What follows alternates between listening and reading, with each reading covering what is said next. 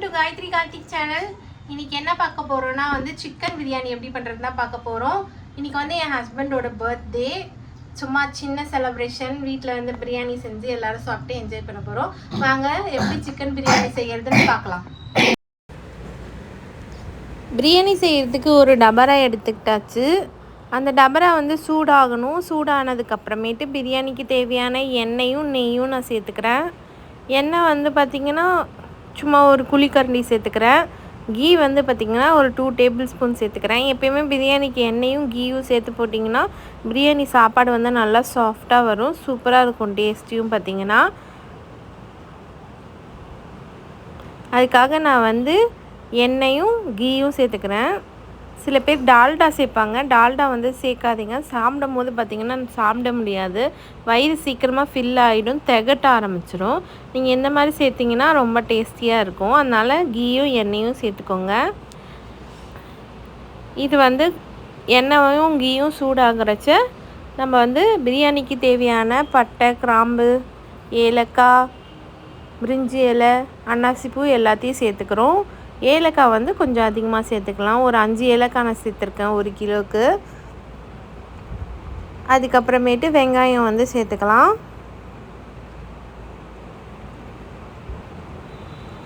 ஒரு கிலோ பிரியாணி நான் செய்கிறேன். அதுக்காக 1 கிலோ அரிசி எடுத்திருக்கேன். வீட்டு யூஸ்க்காகன்றதுனால நான் 3/4 கிலோ சிக்கன் எடுத்திருக்கேன். எப்பயும் 1 கிலோ அரிசிக்கு 1 கிலோ சிக்கன் போட்டிங்கன்னா பிரியாணி ரொம்ப டேஸ்டியாக இருக்கும். நான் 3/4 கிலோ போடுறேன். ஆனியன் பார்த்திங்கன்னா ஒரு 1/4 கிலோ கட் பண்ணி சேர்த்து வதக்க ஆரம்பிச்சிருக்கேன்.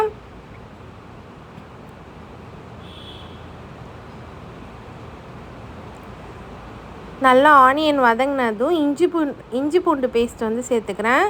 இஞ்சி பூண்டு பேஸ்ட்டும் நல்லா பச்சை வாசனை போகிற அளவுக்கு வதக்கிக்கலாம்.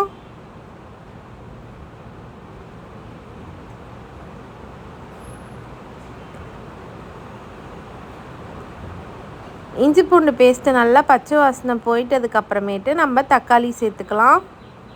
தக்காளியும் ஒரு 1/4 கிலோ அளவுக்கு தான் சேர்த்துருக்கேன். நல்லா வதக்கிக்கலாம்.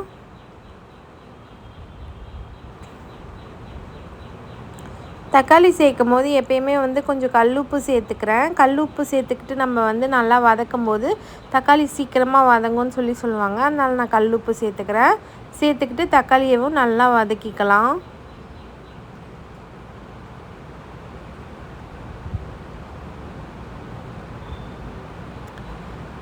இது கூடயே பார்த்திங்கன்னா ஒரு அரை கட்டு அளவுக்கு புதினா எடுத்து கட் பண்ணி வச்சுருக்கேன். அதையும் நான் சேர்த்துக்கிறேன்.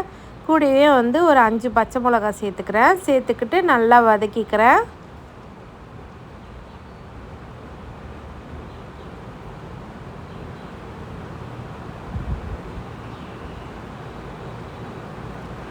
அப்புறமேட்டு சிக்கன் சேர்த்துக்கிறேன். என் பசங்க ஆசைப்படுவாங்கன்னு சொல்லிட்டு 2 லெக்கு வாங்கிக்கிட்டேன். மற்றதெல்லாம் பீஸ் போட்டு வாங்கிக்கிட்டேன். நார்மல் பீஸ் போட்டு. ஸ்கின் இல்லாத சிக்கன் வாங்கிட்டு வந்துட்டாங்க. பிரியாணிக்கு பார்த்திங்கன்னா எப்பயுமே நீங்கள் ஸ்கின்னோட சிக்கன் சேர்த்திங்கன்னா அது ஒரு டேஸ்ட்டு தான். பட் நேற்று வாங்குறப்ப ஸ்கின் இல்லாத சிக்கன் வாங்கிட்டு வந்துட்டாங்க. இந்த வீடியோ பார்த்திங்கன்னா ஜூன் 30 அன்றைக்கி எடுத்தது. அன்றைக்கி என்னால் அப்லோட் பண்ண முடியல. அதனால தான் இன்றைக்கி அப்லோட் பண்ணுறேன். அன்றைக்கி தான் என் ஹஸ்பண்டோட பர்த்டே. என்ன பண்ணலான்னு யோசிச்சு சரி ஈவினிங்காக பிரியாணி பண்ணலான்னு சொல்லிட்டு ரெடி பண்ணோம். சிக்கன் போட்டு வதங்குறச்சியே பார்த்திங்கன்னா கூடயே நான் சில்லி பவுட்ரு சேர்த்துக்கிறேன். காஷ்மீரி சில்லி பவுட்ரு தான் சேர்த்துருக்கேன். ஒரு 2 டேபிள் ஸ்பூன் அளவுக்கு சேர்த்துருக்கேன். இதில் அவ்வளோவா காரம் இருக்காது. அதனால் நான் நிறைய சேர்க்குறேன். நீங்கள் நார்மல் சில்லி பவுட்ரு சேர்க்கும் போது பார்த்திங்கன்னா ஒரு அரை ஸ்பூன் இல்லை 1 ஸ்பூன் 3/4 ஸ்பூன் அளவுக்கு சில்லி பவுட்ரு சேர்த்தா போதும். நிறைய காரம் வந்துடும். அதுக்கப்புறமேட்டு கொஞ்சமாக கொத்தமல்லி இருந்துச்சு. கொத்தமல்லி இல்லைன்னு சொல்லிட்டு வாங்கிட்டு வர சொல்லியிருந்தேன். கீழேயும் கடையில் இல்லைன்ட்டு கொஞ்சமாக கொடுத்து விட்டுருந்தாங்க. நான் அந்த கொத்தமல்லி கட் பண்ணி போட்டுக்கிட்டேன்.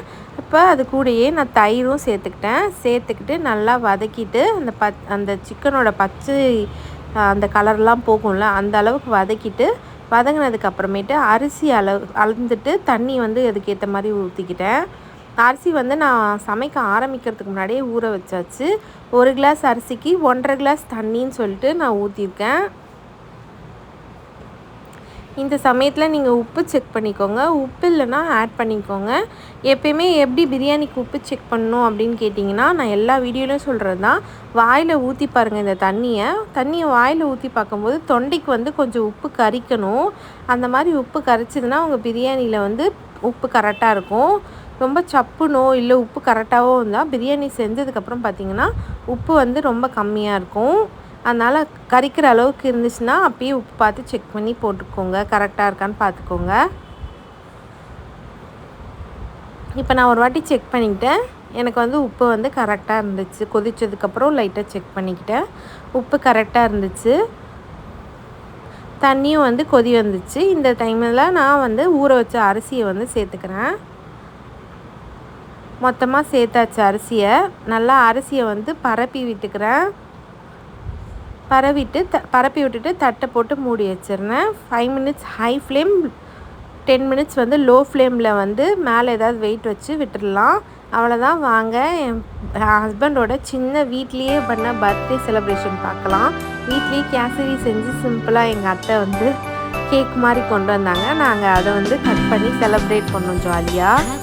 அங்கே பாருங்கள் கேக் கட்டிங் பண்ணுறாங்க. வீடியோ பார்க்குறவங்கலாம் என் ஹஸ்பண்ட்க்கு விஷ் பண்ணுங்கள்.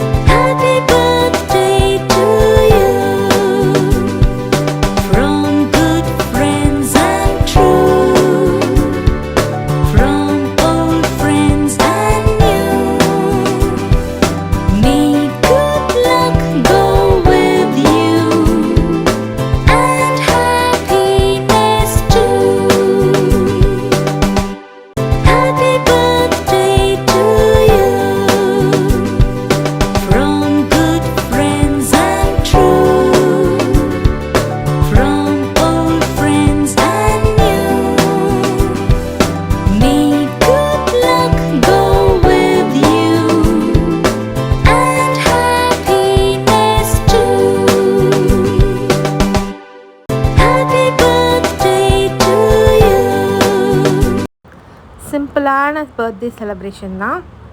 அவ்வளோதான். வந்து நான் சொன்ன டைமிங் முடிஞ்சிச்சு. 5 minutes high flame, 10 minutes low ஃப்ளேமில் வச்சாச்சு.